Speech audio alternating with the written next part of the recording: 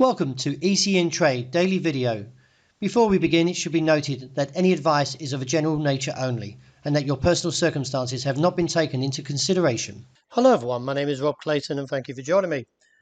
The Australian dollar's connection to the bullish sentiment slowly slipped away on Thursday, however still holding support as we fall closer towards the 64.30 with a base seen at 63.85. With those two levels respected, I do feel that the bullish trend or the recent bull run since the break of 64.45 should continue on and hold towards a trajectory of 65 to 66 cents.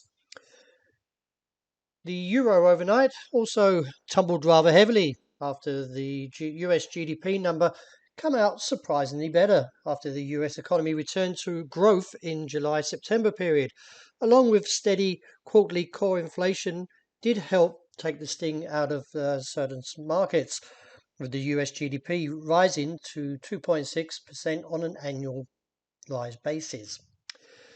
Next week, the market will be looking towards the US Federal Reserve rate decision on November the 2nd.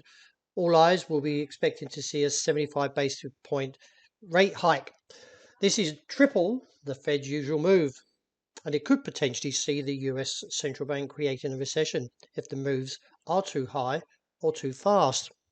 However, that being said, after last Friday, traders have grown more confident that the Fed may dial back to a modest increase of 50 basis points in December. Nevertheless, they're still trying to tackle high inflation, and at this point it doesn't seem to be showing much or little evidence that the rate hikes are slowing inflation. Still, from the technical point, the market has slowly shown some bullish indication to the euro. As widely expected, the European Central Bank did raise rates by 75 basis points, which has increased the rate from 1.25 to 2%. Let's see if the market can sustain above the level around 99.30.50, and if so, could give further indication to the upside and hold towards the trajectory of 101 to 103. Looking at dollar yen, well, the market still remains somewhat negative after the recent rejection from that top side after two interventions, reported that is by the markets, that we could see eventually a target of 143.40.60.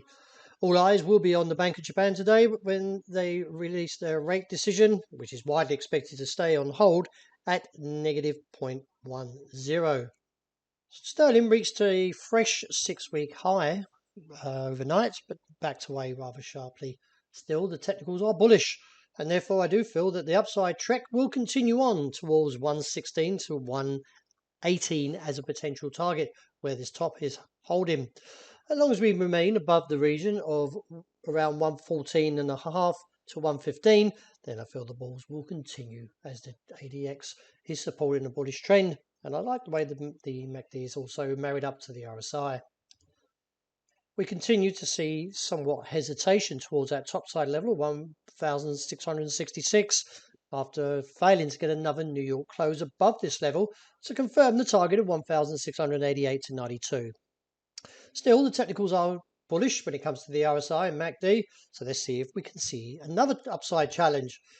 As I mentioned, a close above 66 of New York will give us 1,688 to 92, but the longer we stay underneath 1,666, I do feel that eventually we'll go back to 1,638, which was recently rejected.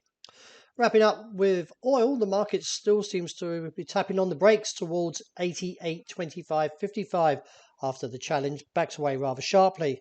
Still, we're very close towards this level, but the technicals are a little bit weak on the MACD, so therefore could see a retreat. But a break above there of 88.55 would see a move to $92 a barrel.